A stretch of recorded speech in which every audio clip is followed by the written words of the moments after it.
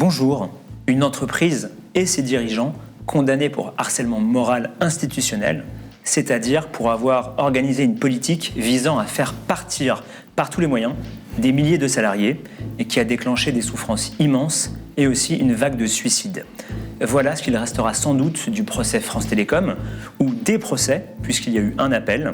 L'entreprise, qui s'appelle Orange depuis 2013, a été condamnée en première instance, en décembre 2019, et ses principaux dirigeants de l'époque, qui avaient fait appel, ont eux été condamnés il y a quelques jours, tout simplement le 30 septembre.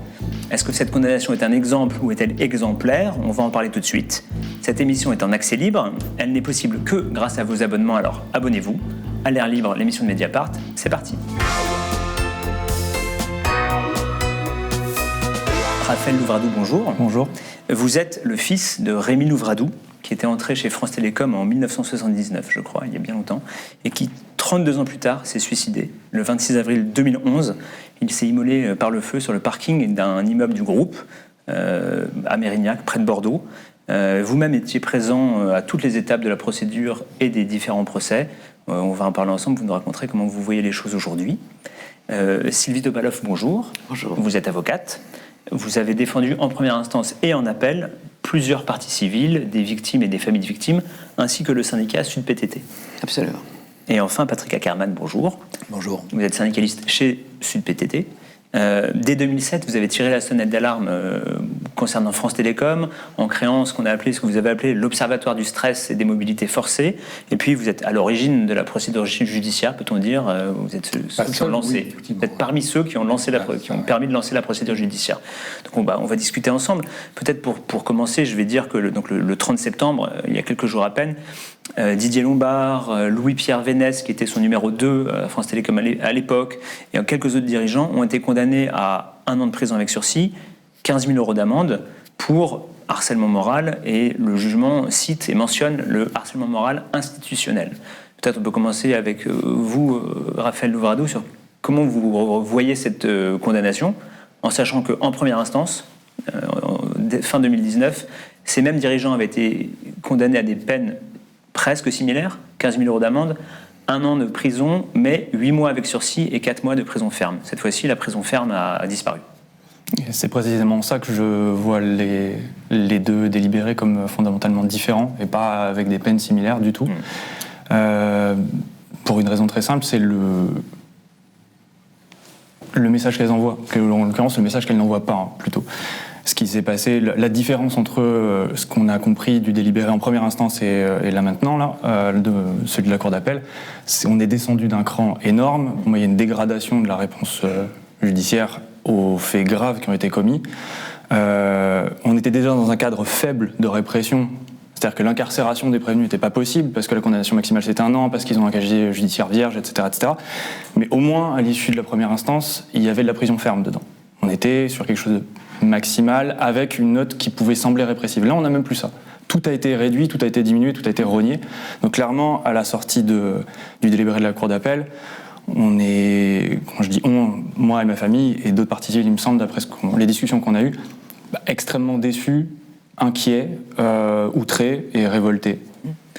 Okay, c'est vrai que c'est des mots forts. Quand on était présents tous les deux lors du prononcé du délibéré, quand la Cour d'appel a annoncé sa décision, c'est vrai on sentait un mécontentement qui a été partagé en tout cas par un grand nombre de parties civiles. Ça a vu le déroulé de l'audience, le ton de la présidente, le fait qu'il ait fallu lui demander pour qu'elle lise ne serait-ce que l'ensemble du résultat du délibéré, c'est-à-dire au moins l'indemnisation des parties civiles, le fait qu'elle ne donne aucun élément de motivation et d'explication du résultat, et qu'on n'ait que le résultat, et que l'entièreté du résultat soit décevant, allant jusqu'à débouter des parties civiles, et notamment j'avais une personne derrière moi qui avait vraiment du mal à entendre et à comprendre, et je pense qu'elle a raison, puisqu'il n'y avait aucune explication de la décision de la magistrate. C'était pas un moment facile, et c'est un moment dont j'aurais préféré me passer. Oui. Donc j'avais d'autres attentes, et qu'elles ont clairement été déçues. Okay. Donc vous considérez à contester, qu'il est possible de contester ce jugement en allant en cassation ?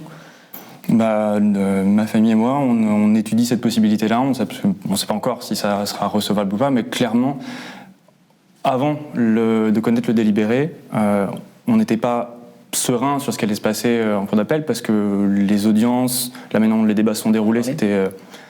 bon, on ne savait pas ce qui allait se passer, on s'était préparé à tout, mais dans notre état d'esprit, normalement c'était la fin. Voilà, c'était terminé, quel que soit le rendu de la cour d'appel, il ne pouvait pas se passer quelque chose de vraiment totalement nul, et donc on s'attendait à ce que ce soit la dernière étape. Vu ce qui a été rendu vu le contenu de l'arrêt, et vu ce qui manque notamment dans l'arrêt, oui, ça nous a d'un coup remotivé à étudier la possibilité de se pourvoir en cassation. D'accord. Alors Sylvie Topalov, ensuite je poserai aussi la question à Patrick Ackerman. Est-ce que vous comprenez cette réaction ? Bon, vous êtes une avocate très spécialisée, vous connaissez très bien les difficultés que peuvent être celles des parties civiles dans des affaires qui concernent le travail et dans d'autres. Est-ce que vous comprenez cette réaction et est-ce que ce jugement, cet arrêt d'appel vous étonne ? Écoutez, je comprends parfaitement la réaction de la famille Louvradou, c'est absolument légitime. Il y avait eu un message très fort donné par le tribunal correctionnel, qui était impressionnant, vraiment. C'était cette partie ferme de la peine. Donc les deux dirigeants du CAC 40, Lombard et Vénès, étaient condamnés au maximum de la peine, 1 an, puisqu'il faut rappeler quand même que à cette époque-là, le maximum de la peine, c'est 1 an. Mais il y avait ces 4 mois fermes. Donc personne n'avait d'illusion sur le fait que ni Vénès, ni Lombard n'iraient en prison. Il n'en demeure pas moins que, symboliquement, c'était un geste très fort de la part du tribunal. C'est-à-dire qu'il déroulait les faits et en arrivait à cette condamnation forte. Alors, je comprends la déception des parties civiles qui se sentent un petit peu abandonnées au bord du chemin, puisque dans le même temps, les peines ces deux-là sont allégées, on va dire, quand même si concrètement, ça n'aura pas d'effet, puisque de toute façon, ils ne seraient pas allés en prison. Mais symboliquement, leur peine est allégée. Et en même temps, la Cour est extrêmement sévère dans ses attendus. C'est-à-dire qu'ils sont condamnés. Et ils sont condamnés pour un harcèlement institutionnel, vous l'avez rappelé tout à l'heure. Donc il y a quand même un tournant là qui est pris par la jurisprudence et qui est extrêmement important. Alors, on ne peut pas effectivement s'en satisfaire, puisque, je le dis, je comprends les victimes qui ont ce sentiment d'avoir été abandonnées au bord du chemin, et que d'une certaine façon, la Cour ne tire pas les conclusions auxquelles elle devrait parvenir. C'est-à-dire que si c'est grave, si c'est très grave, si avec des mots, on a voulu se débarrasser des gens, et que ces mots ont eu un impact extrêmement fort, au point que certains s'en sont suicidés, on se dit, mais... Alors, pour qui les peines fermes, si ça n'est pas dans un cas pareil ? Mais j'aurais tendance à dire qu'il faut peut-être prendre les choses de façon peut-être plus positive. C'est-à-dire que mon inquiétude, si vous voulez, c'est que ce combat qui a été mené par Sud, puis par les autres organisations syndicales, qui est un combat, mais vraiment emblématique, qui est un combat assez extraordinaire, qui ont permis que ces pratiques soient désormais visibles, donc vraiment extrêmement important.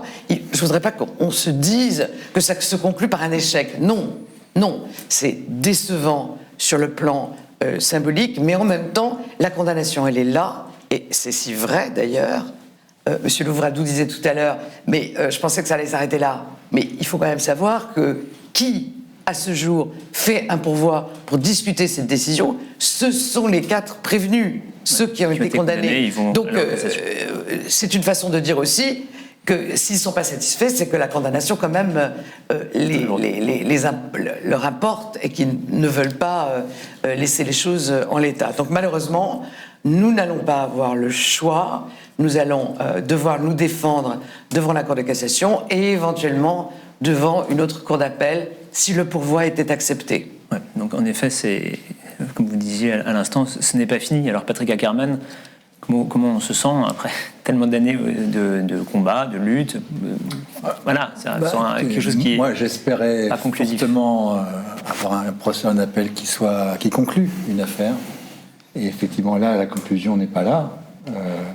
Donc ça reste quelque chose qu'il faut apprécier en demi-teinte. C'est-à-dire qu'effectivement, je suis tout à fait conscient que la question du harcèlement moral institutionnel n'était pas évidente. Quand on a commencé cette bagarre-là, il y a maintenant 15 ans, après avoir essayé l'Observatoire du stress, on a essayé de médiatiser la situation en France Télécom, médiatiser les suicides un par un, etc. C'était pas simple comme débat à l'époque. Et puis finalement, au final, la question de la procédure pénale restait le seul élément qui pouvait arrêter cette spirale infernale. Ça a eu lieu. Modérément, on peut discuter sur la suite quand même, puisque le capitalisme français et Orange en particulier n'a pas cessé les suppressions d'emplois, les situations dramatiques, voilà. Mais en tout cas, cette bagarre n'était pas gagnée d'avance. On nous a même, on nous annonçait qu'on n'aurait jamais de plainte qui serait instruite. Et au contraire, là, on a eu une instruction. Moi, j'étais épaté de voir la justice qui fonctionne, avec deux juges très attentifs à ce qui s'était passé, des policiers qui ont été prévenants, qui ont fait des interviews, des auditions, un dossier d'instruction massif, extrêmement... rien que ça, quand même, montre qu'on a déplacé un peu des montagnes, quand même. Et la gravité de la situation a été montrée publiquement, c'était clair. Et le procès en première instance a été magnifique de ce point de vue-là. C'est qu'on a pu à la fois avoir des témoins alors je dirais pas de moralité, mais qui expliquaient en gros ce que c'était que le harcèlement moral institutionnel, l'évolution du travail, ce genre de choses-là. Puis on a eu aussi des victimes qui ont parlé, et c'était quand même très, très, très émouvant. On a vu la pesanteur, la douleur qu'il y avait dans cette entreprise-là à ce moment-là. Donc, voilà, ils sont encore condamnés là, et d'ailleurs je dirais qu'en appel aussi, on a produit à nouveau des parties civiles qui sont venues témoigner. Il y a eu des moments terribles en appel où on a pu encore voir 15 ans après comment les gens se souvenaient de cette période-là, de la dureté, la violence qui s'est exprimée à cette époque-là. Donc voilà, ils sont condamnés, c'est bien. Je pense simplement que ce qui leur manque, c'est d'une part de le payer. Bon, mais la loi est faite comme ça, donc il va falloir sans doute changer la loi. C'est-à-dire, ils ne payent pas, ils sont condamnés à 15 000 euros d'amende. Et non seulement les 15 000 euros d'amende, c'est une paille pour eux, parce que ces gens-là se sont goinfrés d'argent pendant cette période-là. Enfin, ils ont été artisans des suppressions massives d'emplois, avec le seul mot d'ordre, c'est faire monter les dividendes, des dividendes qui vont ruisseler aussi parmi les cadres, enfin les 1000 top managers, et puis tous les cadres qui vont se déchaîner pour faire monter encore les départs, la rentabilité d'entreprise, si on peut parler comme ça. Donc ces gens-là se sont goinfrés d'argent de manière éhontée. Et en plus là, les 15 000 euros, c'est une paille pour eux, mais en plus ils ne payent pas leur avocat, alors que nos avocats, là, en appel, ont été quand même assassinés au niveau des frais d'avocat. Bon, bref. Non, mais donc, juste pour clarifier, c'est l'entreprise finalement qui prend en charge les frais de justice. Non, c'est pas forcément l'entreprise, ou les assurances. Voilà. Les assurances qui vont payer pour les dirigeants. Et là, quand vous dites, en appel, en plus, c'est ça, il y a quelque chose qui est peut-être un détail, mais qui ne l'est pas, c'est que les frais de justice des parties civiles et des syndicats ont été considérablement réduits par rapport dans les conflits du travail, c'est pas un détail, c'est souvent la réalité.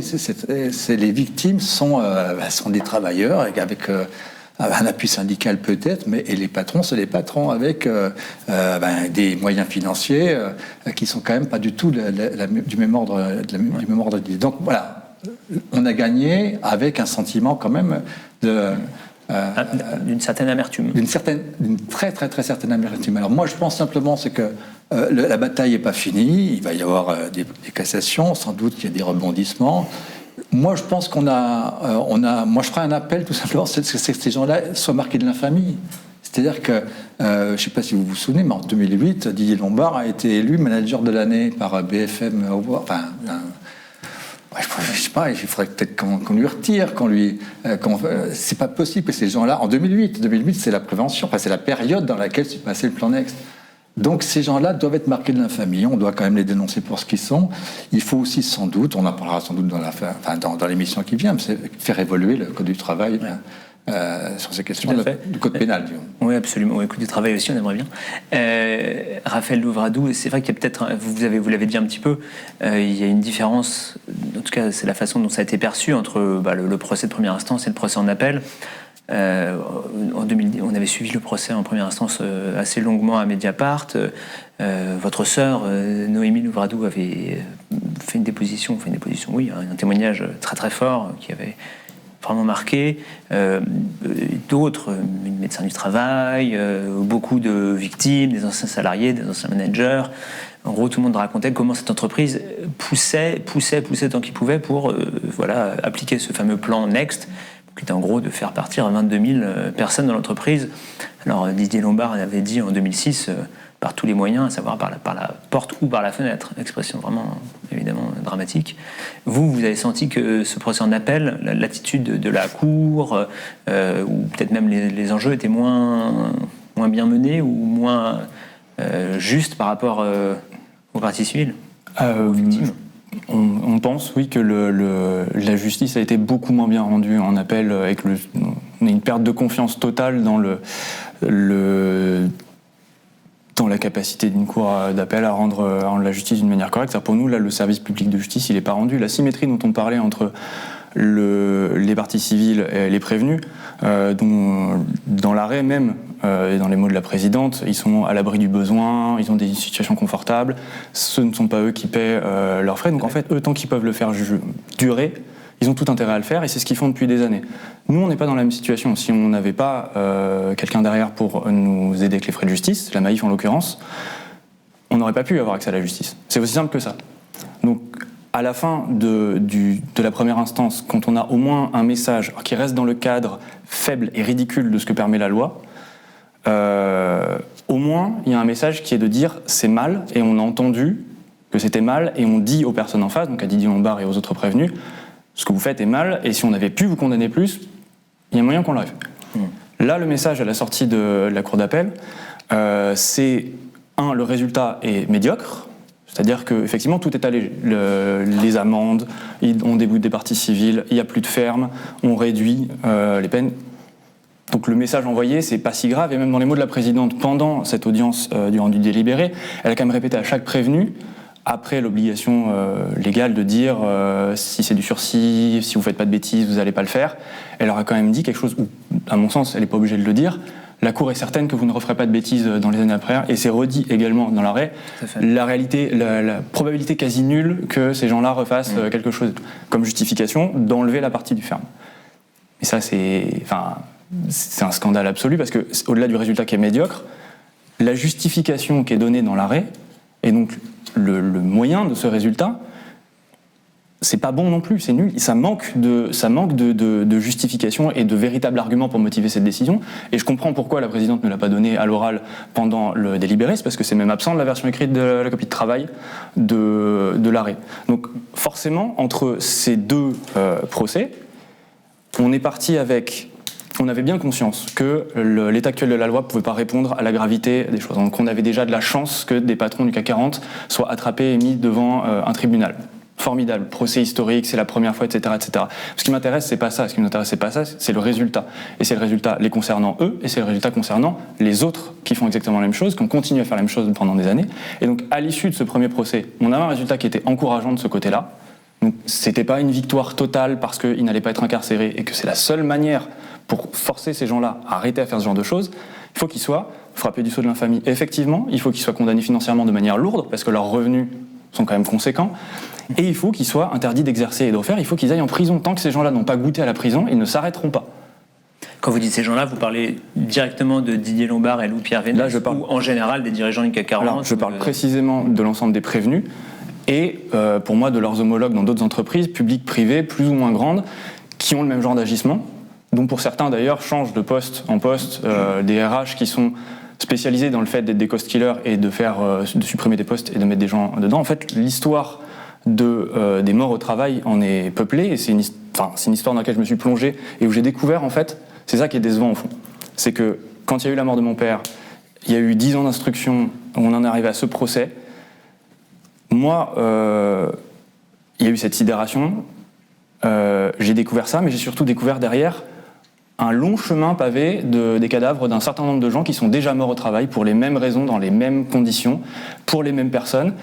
Et France Télécom a eu la chance, entre guillemets, d'avoir suffisamment de morts d'un coup et de coups de projecteur médiatique pour que ça déclenche tout ça et qu'on puisse commencer à faire. Mais en fait, au-delà de la condamnation des prévenus pour France Télécom, ce qui est en jeu, c'est dans quelle société on veut vivre à partir de maintenant. Est-ce qu'on autorise des dirigeants d'entreprise à avoir ce genre d'agissement, à ce qu'on reconnaisse qu'ils ont eu ce genre d'agissement, que ça n'est pas OK, mais ils s'en tirent avec une petite tape sur l'épaule en leur disant « Écoutez, monsieur Lombard, vous avez 70 ans, vous êtes retraité, vous êtes bien inséré dans la société, littéralement bien inséré, vous n'allez pas recommencer, bon, c'est pas très grave.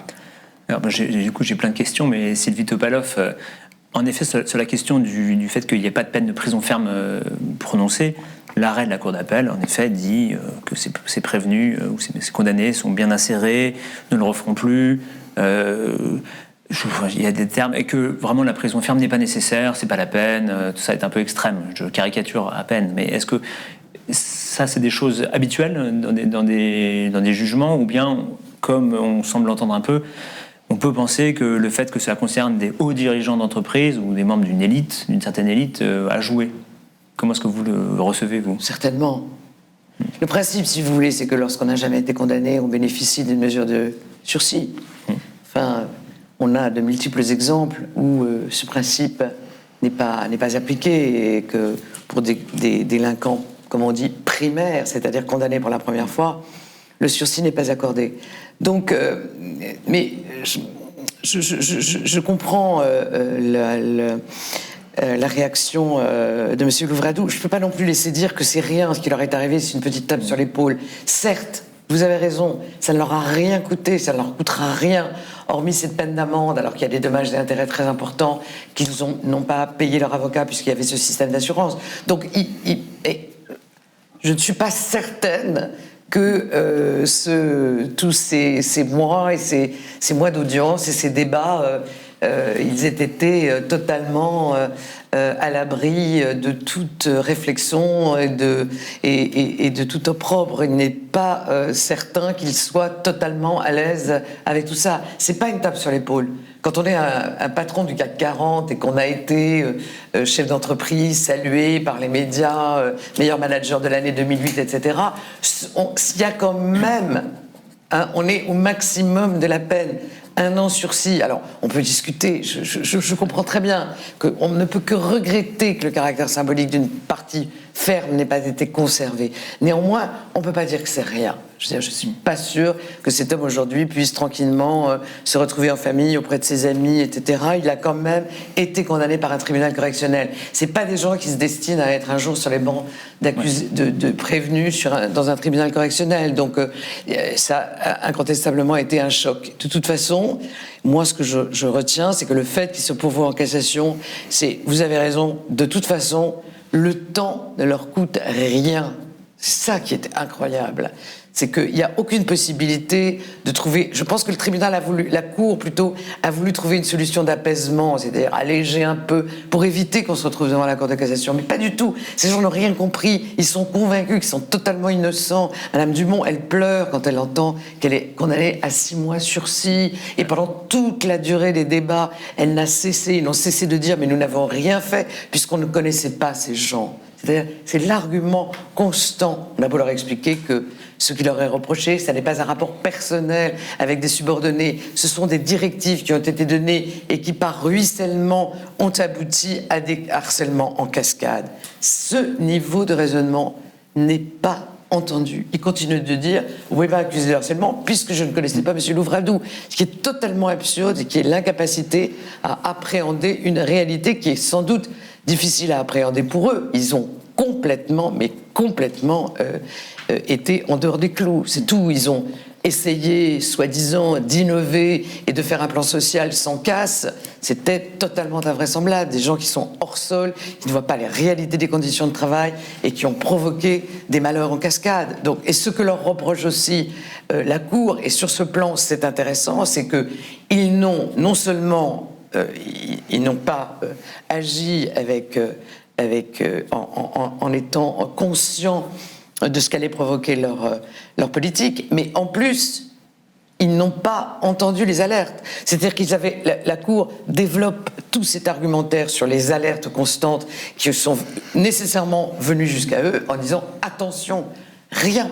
Aucune prudence même n'a été, ne se voit. On continue à marche forcée, coûte que coûte, pour aboutir à ce qui était un chiffre indicatif et qui devient un chiffre impératif, 22 000 départs.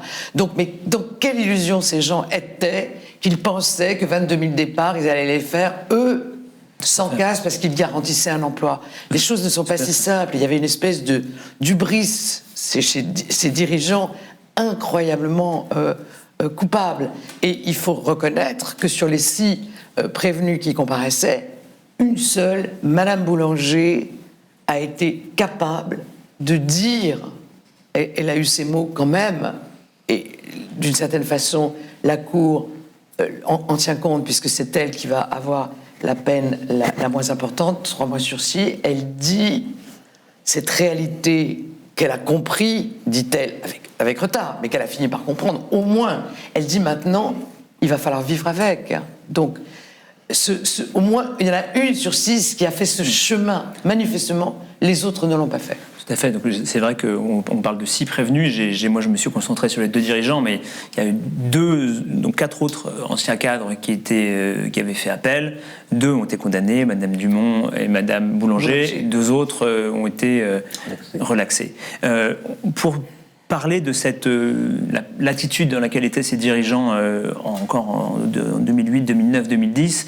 On va regarder, c'est un extrait qui est devenu fameux, mais en 2009, Didier Lombard a dû s'expliquer publiquement. On était le 15 septembre 2009. Il venait en fait d'être convoqué par le ministre du Travail de l'époque, Xavier Darcos, et il fait une conférence de presse à la sortie. Je voulais juste vous montrer un petit peu l'ambiance de l'époque et l'attitude et les mots qu'il prononce. Et regardez bien comment Didier Lombard semble assez gêné, il récite un texte, et comment le ministre à côté le surveille de près. Donc on regarde. Première urgence aujourd'hui, c'est d'arriver à contrôler et à arrêter le phénomène de contagion qui est en train de se développer, cette espèce de spirale infernale de suicide qui s'est enclenchée. Il faut absolument casser ce mouvement-là.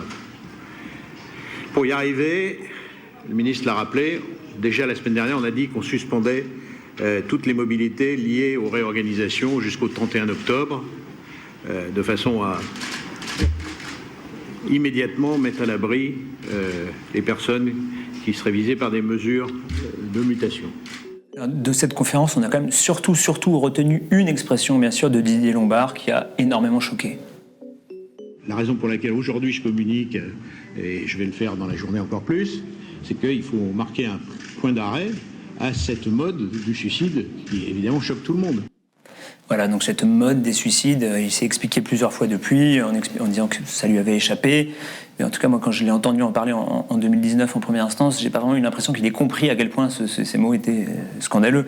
Alors, Patrick Ackerman, peut-être, est-ce que vous avez l'impression donc là on était en 2009, en 13 ans, est-ce que Didier Lombard a bougé, a changé d'attitude, et peut-être aussi, en effet, pour reprendre le débat qui nous occupe, est-ce que cette condamnation, qui vaut ce qu'elle vaut, mais qui est une condamnation pour une politique d'entreprise, est-ce que vous avez l'impression que ça peut avoir un impact sur d'autres entreprises, sur d'autres dirigeants ? Déjà sur Didier Lombard, je dirais qu'il a rectifié à la mode des suicides. Il a dit c'est pas la mode, c'est the mood. Enfin, c'est l'expression anglaise. L'ambiance. L'ambiance, voilà. Ce qui est quand même... je vois pas ce que ça enlevait de dramatique. Non. En tout cas, c'était assez grossier de sa part. Et Monsieur Lombard était habitué de saillies verbales qui avaient du poids. C'est lui. Enfin, vous savez, par la fenêtre ou par la porte, c'est une phrase très célèbre qui est attribuée, qui était dite par M. Lombard devant un parterre de 200 cadres de haut niveau à la Maison de la Chimie en 2006, au départ du plan Next, pour convaincre les 200 cadres dirigeants là qu'il fallait y aller maintenant. Et donc c'est lui qui avait pris cette formule en disant si les départs ne sont pas suffisants, il faudra les faire par d'autres moyens, par la fenêtre et par la porte. Et pendant le procès en première instance, il y a un cadre qu'on a rencontré qui a été partie civile, qui est venu faire un témoignage, qui nous a raconté. Il y avait des séminaires dans toute la France avec les cadres dirigeants pour faire passer le message de manière très, très, très claire. Et c'est Olivier Barbereau, le DRH, qui est à Bordeaux, qui est devant un parterre de cadres, qui dit, vous savez la différence qu'il y a entre Rank Xerox et Orange? Eh bien, Rank Xerox, ses salariés, quand ils veulent rentrer chez quelqu'un, ils sonnent, et s'ils ne rentrent pas par la porte, ils rentrent par la fenêtre. Eh bien, nous, à France Télécom, nos salariés, on les fait sortir par la porte et par la fenêtre. Et tout le monde rigole. Je ne suis pas sûr que tout le monde ait rigolé, mais lui, en tout cas, ricanait. Donc c'est pour vous dire que ces petites phrases ne sont pas des bévues d'un homme qui multiplie les choses. Non, ce sont des mots, un langage managériel qui a été soigneusement huilé et donné dans ces réunions, dans ces rencontres de cadres, etc.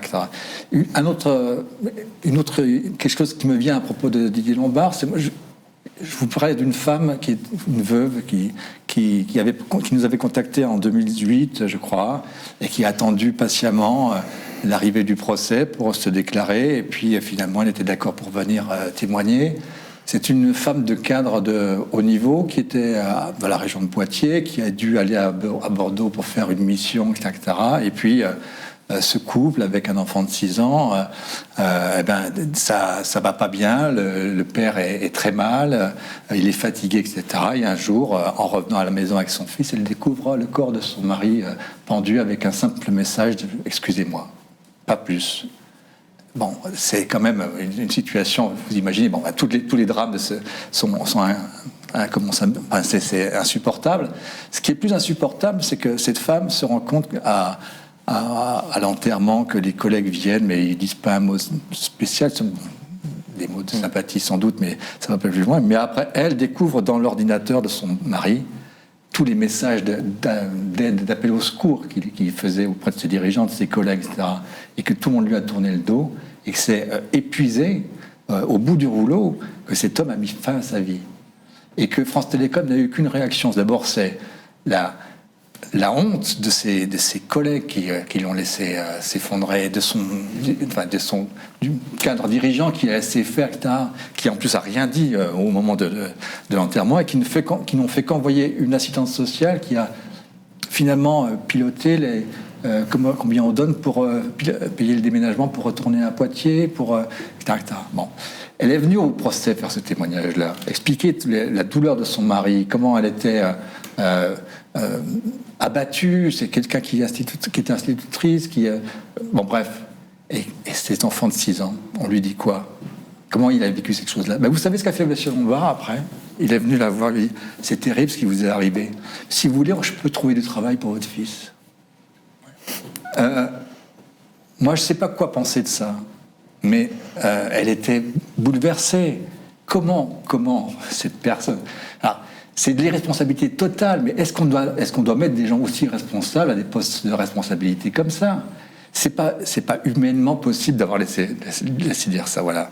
Moi, j'étais là, j'étais estomaqué, donc je pense que ces gens-là sont des gens qui n'ont aucune conscience que c'est du malheur qu'ils ont insufflé, qu'ils ont répandu dans France Télécom, et ils doivent payer pour ça. C'est pour ça qu'il faut effectivement qu'il y ait de l'infamie, qu'ils soient marqués du sceau de l'infamie, et je pense qu'il va falloir qu'on interpelle le monde politique. C'est pas possible que les hommes politiques aujourd'hui, qui brassent des grands sentiments de respect, de responsabilité sociale, etc., laissent passer cette affaire-là sans dire précisément on va gréver la loi, faire que cette loi soit dissuasive pour que les patrons soient mis au pied du mur pour des prochaines affaires comme ça. Voilà, parlons de ça, en effet. Alors peut-être à la fois, est-ce que vous qui êtes quand même en contact avec le monde de l'entreprise, par un biais évidemment chacun le sien, mais dans le syndicalisme ou face à dans des procédures judiciaires, est-ce que vous avez l'impression qu'un jugement comme ça, une décision comme ça peut suffire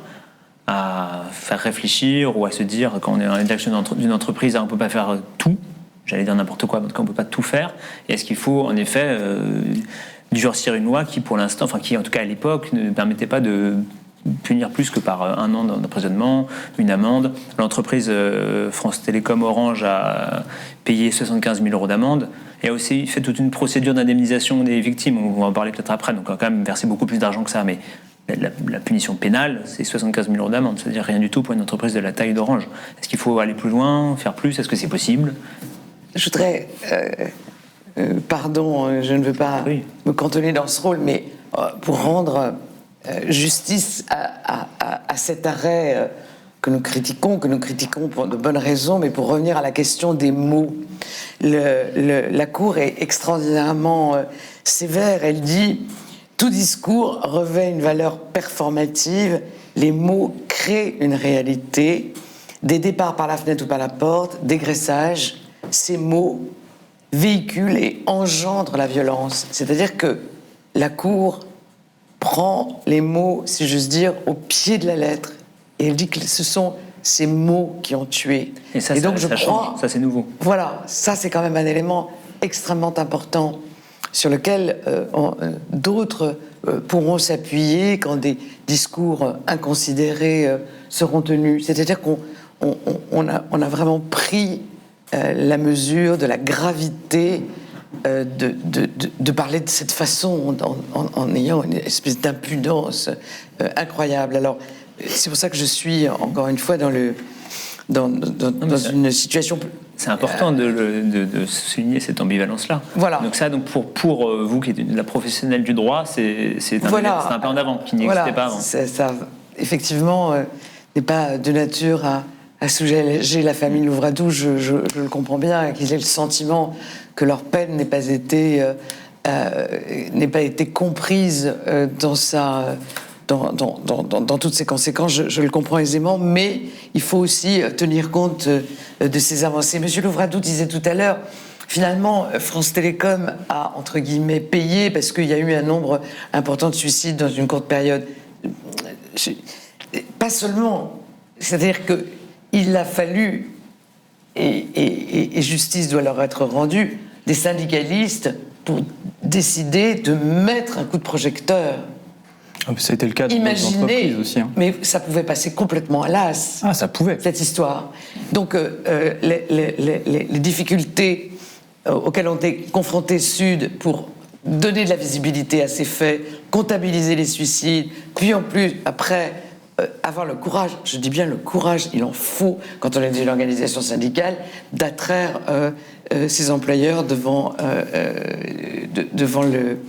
une juridiction pénale. Donc c'est ce mouvement-là qui a permis aussi que cette souffrance soit visible. Donc on ne peut pas aujourd'hui en conclure, me semble-t-il, que tout ça pour rien. Pas pour rien, vraiment pas grand-chose en rapport avec ce qui s'est passé. C'est-à-dire que, oui, à ce moment-là, on peut prendre cette partie de l'arrêt qui dit c'est grave d'avoir des mots, ça a des conséquences dans la violence, etc. Très bien. Ça veut dire deux choses. Ça veut dire qu'il va falloir que d'autres managers prononcent ces mots-là, que d'autres gens meurent d'abord pour qu'on puisse s'en servir devant un tribunal, qu'on n'arrête absolument pas plus. Pas nécessairement. C'est ce qui continue à se passer. L'application des principes dégagés par une décision, c'est pas pour des situations strictement identiques. Mais dans le même temps, en fait, c'est ce qui me pose la plus grande des questions où j'arrive absolument pas à saisir en fait le travail de la cour d'appel et dans le déroulé des débats et dans la conclusion là-dedans, c'est que à la fois il y a ça qui est dit. Effectivement, la condamnation est maintenue, on reconnaît les faits, on reconnaît qu'ils sont graves, on reconnaît que certains des prévenus en sont coupables. Et dans le même temps, on dit qu'ils ne présentent pas de danger pour la société et que ça ne vaut pas le coup de les incarcérer, qu'on dit qu'il n'y a aucun risque qu'ils recommettent ces faits-là, etc., etc. Pour moi, c'est pas vrai. Et le problème, c'est que le signal envoyé, c'est très gentil de dire que c'est grave d'avoir des mots, etc., etc. Et la présidente, pendant les débats, vous avez raison. Mais vous avez raison. Mais est-ce que c'est le bon combat de dire qu'il aurait fallu des peines fermes? Le bon combat, à mon sens, c'est qu'il y ait des peines encourues qui soient bien plus importantes. Ah, ça, c'est ça. Comment on y arrive? Mais mettre Lombard en prison à 80 ans, enfin bon. Ah, bien sûr que si, en fait. Si. Ah, c'est très, très important. C'est pas un horizon, si vous voulez. Je pense, par contre, que mener le combat, porter le fer sur le fait que la société considère que le harcèlement moral institutionnel, c'est pas si grave que la peine encourue ne soit qu'un an d'emprisonnement. Modifié en 2014 à 2 ans. Mais on pourrait par exemple envisager qu'il y ait une modification des pénalités et que quand c'est suivi d'un suicide, c'est le cas en matière de harcèlement moral, que la peine encourue soit de 3 ans ou de 5 ans, soit supérieure. Vous voyez ce que je veux dire? J'essaie peut-être de nous élever à un niveau de généralité pour que ce qui a été fait soit utilisé. C'est exactement ça qui m'intéresse, parce que là, quand vous disiez, c'est pas tant la prise en compte de notre peine là, qui nous intéressait, c'est justement quels effets dans le réel et quels effets concrets dans la vie de ces gens-là. Ça, à l'heure actuelle, ce qu'on a eu, c'est, vu ce qu'ils encouraient et vu comment se sont déroulés les débats, et vu l'arrêt qui a été rendu, on a Didier Lombard qui s'est comporté en audience comme il se comportait à la vidéo ici, c'est-à-dire qu'il rigole, il fait des blagues à la présidente en première instance. Louis-Pierre Vénès, il fait la sieste, il joue avec sa cravate. ils rigolent entre eux, et c'est ça, ils n'ont pas peur. Ils n'ont pas peur, ils n'ont pas mal. Et j'ai une question pour vous, c'est aussi pour ça que je vous remercie d'être venu, parce que vous êtes intervenu plusieurs fois dans les médias, à différentes reprises depuis de nombreuses années. Et il y a une question que je me pose modestement en tant que journaliste, c'est la question de l'impact médiatique. Donc, est-ce que vous avez l'impression que ce que vous avez vécu est mieux compris, plus compris aujourd'hui, plus pris en compte? Est-ce que dans vos interactions avec les journalistes, la façon quand vous êtes interrogé, est-ce que vous avez l'impression que ça bouge? Il y a une prise de conscience, voire une sorte de réalisation qu'il y a un scandale qui n'est pas dit, qui est que les condamnations sont très faibles de toute façon. Est-ce que vous avez l'impression que ça bouge ou que ça a bougé? C'est un vaste sujet. Et il y a la prise en compte dans la presse, mais qui a sa temporalité en fait. C'est-à-dire qu'en dehors des moments où il y a un événement d'actualité, et là on l'a bien vu, ne serait-ce que la couverture médiatique du procès en appel est quasi inexistante comparée à la... Donc si c'est pas un nouveau procès, si c'est pas quelque chose, le procès historique, le premier dirigeant d'entreprise du CAC 40 et tout, bon... Donc la couverture diminue très très vite et c'est le fonctionnement de la presse dans une production plus tendue, tout aussi, avec une temporalité quand même beaucoup plus longue et plus approfondie que l'essentiel des médias. Mais en fait, là-dedans, c'est pas tant les médias pour les médias, c'est les médias pour l'impact qu'ils vont avoir sur la population. Le fait que des gens qui sont dans des mêmes situations de détresse au travail puissent voir qu'en fait, ils sont pas seuls, ils sont pas isolés et qu'en fait, il y a peut-être, la société va peut-être, au travers de la justice, y apporter une réponse et va peut-être pouvoir punir les coupables et les sortir de la situation difficile dans laquelle ils sont. Et là, c'est un sujet essentiel, c'est-à-dire qu'on en parle plus. Avec France Télécom, c'est devenu très visible et c'est tellement catastrophique, horrible, atroce, le nombre de morts, les situations, etc., on en a tellement parlé, qu'en fait, il n'y a pas grand monde, à part les prévenus, pour pouvoir essayer de minimiser les choses. Tout le monde est devant les faits et parmi les médias, suivant l'orientation éditoriale, on aide un petit peu plus ou on excuse un peu plus le PDG ou on est en empathie avec les parties civiles, mais globalement tout le monde est d'accord pour dire que en fait là c'est trop, on peut pas dire qu'il s'est rien passé, on peut pas dire que c'est une erreur, etc., etc. Moi ce qui m'intéresse au-delà de ça, c'est dans la temporalité qui suit en fait celle des médias, c'est qu'est-ce qu'on retient de l'arrêt, et là-dedans il est aussi dit quelque chose sur pourquoi est-ce qu'on diminue la gravité, pourquoi est-ce que la Cour en appel diminue les peines et accable moins les prévenus. Au-delà de dire qu'ils sont retraités, qu'ils sont sympas, bien insérés, que du coup ils ne recommenceront pas, l'arrêt dit aussi que maintenant qu'on parle beaucoup des risques psychosociaux, que c'est un sujet connu, ça va de fait moins arriver. Le risque est moins élevé. Pour eux. Mais sauf le risque de récidive est... Mais sauf que je ne partage absolument pas cette analyse. Mais eux, ils ne sont pas aux affaires, ils sont plus aux affaires. Non, pas eux. C'est ça, c'est ce que dit la phrase. Il n'y a pas de risque de récidive, parce qu'ils ne sont pas aux affaires. Pour eux, mais après, pour le fait de commettre d'autres... ça parle aussi du contexte global.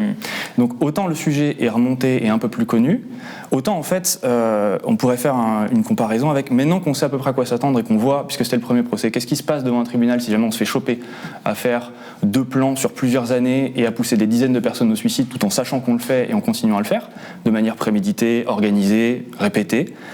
En fait, c'est un peu comme le plafonnement des indemnités pour licenciement. Ça se budgète en fait maintenant. On sait ce qui va se passer. Ils connaissent le risque et en bon gestionnaire d'entreprise, ceux qui sont actuellement en poste et les prochains, ils ont juste à regarder, à faire pas comme Didier Lombard qui, à chaque fois qu'il ouvre la bouche, dit une énormité. Donc il suffit d'être un peu meilleur en communication que Didier Lombard, de pas se faire choper sur certains mails, de pas se faire choper sur certains documents de formation, où en fait, sans ça, toute une partie du lien de causalité s'effondre.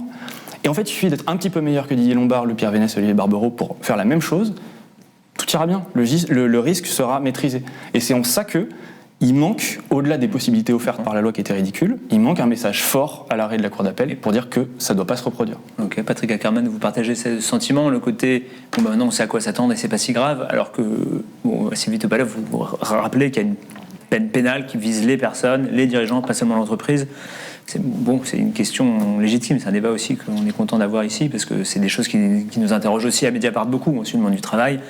On se pose ces questions. Est-ce que vous avez l'impression que c'est nature à changer ou que même le regard médiatique sur ces questions a changé? Alors, je pense que le regard médiatique a changé. Je pense qu'il y a un avant et un après, c'est clair. Par contre, je pense que le procès en première instance a été un très grand procès, que la présidente du procès a rendu un avis magnifique, qui ouvre des portes, en tout cas, qui tire les bonnes sonnettes, etc., que le procès en appel, voilà.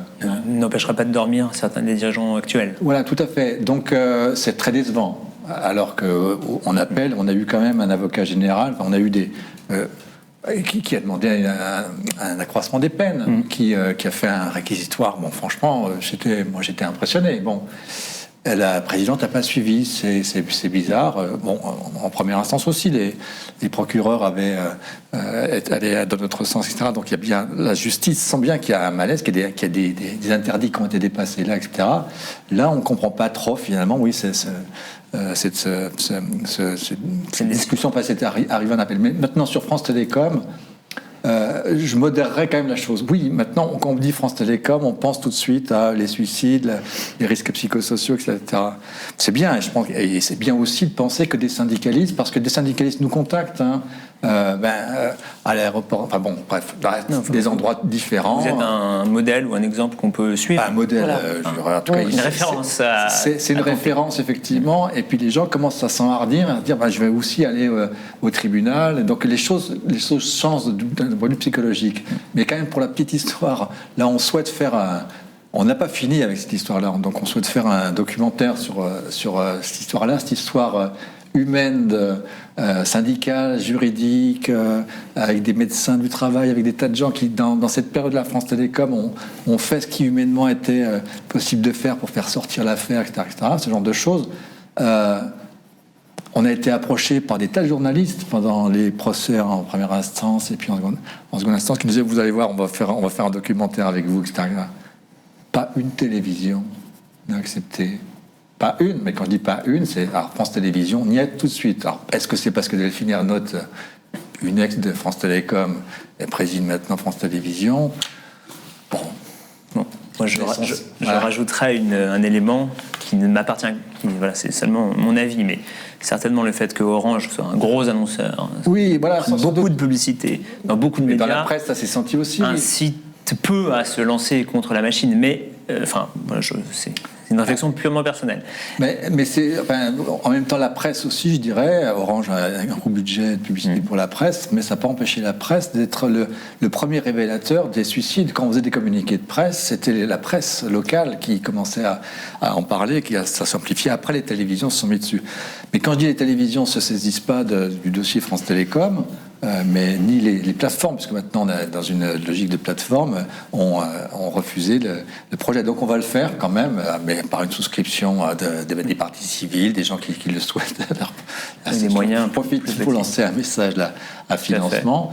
Et voilà. Et je pense qu'il faut que cette histoire-là ne se termine pas là, qu'on essaie d'aller beaucoup plus loin et de faire qu'il faut donner une prime finalement à la combativité et à la solidarité plutôt que la prime au fait de se taire, de regarder ailleurs et de voir ses collègues, ses amis qui sombrent dans des situations terribles. On n'a pas le droit de laisser faire ça maintenant dans une situation, en France aujourd'hui, on est quand même dans une situation où il y a quand même des moyens de faire quelque chose. Dernière chose que je voudrais dire sur les lanceurs d'alerte. On m'a souvent dit, vous êtes un lanceur d'alerte. Non, je ne pense pas, je suis un syndicaliste. Mais par contre, là, le message qu'a donné la présidente aux lanceurs d'alerte, c'est-à-dire que... Qu'est-ce que vous voulez dire? C'est en termes de frais de justice, en termes de... C'est-à-dire que, en gros, non, mais en fait, on n'a pas accordé beaucoup d'argent pour rembourser les démarches Alors, les lanceurs d'alerte sont... Il y a eu des protections, il y a des protections qui sont faites là. Mais quand vous attaquez votre patron en justice, le message qui est quand même donné là, c'est... Débrouillez-vous. Ben ouais, c'est quand même débrouillez-vous, et puis vous avez les moyens, ça c'est le pot de terre contre le pot de fer, quoi. Je veux dire, Parce que concrètement, les partis civils, le syndicat ont touché combien? C'est-à-dire que la Cour a attribué combien comme il y a un cas particulier. Argent à rembourser, pour rembourser des frais de justice? On a amené une bagarre extra-juridique qui était que avant même le procès en première instance, on a saisi la direction d'Orange en disant écoutez, vous savez qu'il s'est passé quelque chose de très grave, puisque d'abord le nouveau patron qui a succédé à Didier Lombard savait ce qui s'était passé, et au-delà de façon de ce qu'il pouvait penser, l'idée qu'Orange tourne la page et qu'il y avait une volonté quand même de changer à Orange. Donc on a pu ouvrir une période d'indemnisation qui fait qu'il y a quand même près de plus de 1800 dossiers qui ont été traités à 10 000 euros par mois, excusez-moi, par mois ça aurait été pas mal, à 10 000 euros, parce que c'était le jugement en première instance aussi, qui était ce qu'on avait défendu, préjudice moral qui s'appliquait à tout le monde dans la période, en tout cas 2007-2008, c'est ce qu'a demandé la juge, et qui entraînait une indemnisation. Ça, c'est quelque chose qui est extra-juridique, mais qui a du poids si le mouvement syndical, si les gens se disent aussi, oui, nous, l'argent, il faut qu'il tombe à un moment donné. Parce pour être clair, c'est-à-dire que l'entreprise a versé plusieurs dizaines de millions d'euros au global pour les victimes, les familles de victimes. C'est en train de se terminer, tout n'a pas été rose, tout n'a pas été fantastique, mais grosso modo, il y a eu une règle du jeu, et puis au bout du bout, on est arrivé à faire que, oui, dans la dignité, il y a des gens qui ont été indemnisés. Pas tout le monde. Il y a encore des gens... Bon, bref. Mais en tout cas, c'est quelque chose de nouveau dans le paysage juridico-social là aujourd'hui. Et moi, je ne regrette pas d'avoir fait ça. Et je pense que c'est aussi valable pour l'avenir, pour les... Sylvie Topalov, est-ce que vous pensez que c'est une voie, justement, si les condamnations pénales ne sont pas très fortes, est-ce qu'il y a ça peut attaquer pas, hein. Non, mais ça remplace pas du tout. Mais est-ce que taper au portefeuille, est-ce que faire payer à une grande entreprise quelques millions d'euros, quelques dizaines de millions d'euros pour compenser ces agissements, est-ce que c'est une voie Oui, alors là, Patrick Ackerman évoque un dispositif amiable qui a été mis en place à côté de la procédure judiciaire. La direction était d'accord. Voilà, la direction voulait tourner la page, et donc dans un souci d'apaisement, a mis en place un dispositif qui permet d'indemniser les gens qui étaient victimes de cette politique pendant ces années-là, pendant la période de prévention. Donc c'est son mouvement spontané. C'est la nouvelle direction, Stéphane Richard décide, voilà, il faut clore cette période, et donc on va indemniser. Et donc sous la pression... là encore, c'est une initiative de Sud qui dit au moins le volet indemnitaire doit être rempli. Mais là, si vous voulez, où la décision de la Cour d'appel est assez énigmatique, c'est donc elle supprime la peine ferme et elle réduit le montant des dommages et intérêts. Mais concrètement, ça veut dire quoi? Non, ça n'aura pas d'incidence pour chacun, puisque de toute façon, ces condamnations avaient été mises à la charge de France Télécom. Je parle là des indemnisations judiciaires qui avaient été ordonnées par le tribunal correctionnel. Donc, Orange n'a pas fait appel de la décision, et donc ces sommes sont acquises pour les victimes. D'accord. Donc c'est pour ça, si vous voulez, qu'il y a quelque chose d'incompréhensible dans la décision de la Cour d'appel. La Cour d'appel sait pertinemment que de toute façon, même si elle réduit, les victimes ne seront pas condamnées à rembourser, et néanmoins, elle le fait. Symboliquement, elle réduit à 1 euro. Donc là, si vous voulez, il y a quelque chose d'humiliant. Je ne peux pas employer un autre mot parce qu'on ne comprend pas le sens de cette décision. Des gens, le tribunal avait dit, à partir du moment où vous étiez dans l'entreprise et que c'est une politique générale d'entreprise qui a été menée et que l'ensemble du personnel était une cible pour faire partir 22 000 personnes, il suffit que vous ayez été dans l'entreprise pour qu'il soit établi que vous avez subi un préjudice. Et là, la Cour dit, non. Un préjudice, mais... On reconnaît le principe, mais on l'indemnise forfaitairement à 1 euro. Donc, ça participe de l'incompréhension de cette décision par les victimes. Et elles ont raison. Quelle est la motivation d'une décision pareille ? Moi, j'ajouterais une chose, c'est qu'en plus, cet argent dont on parle, qui donc est pris dans les caisses de l'entreprise pour indemniser, il vient du fruit de quoi ? Du travail des mêmes gens qui ont été harcelés.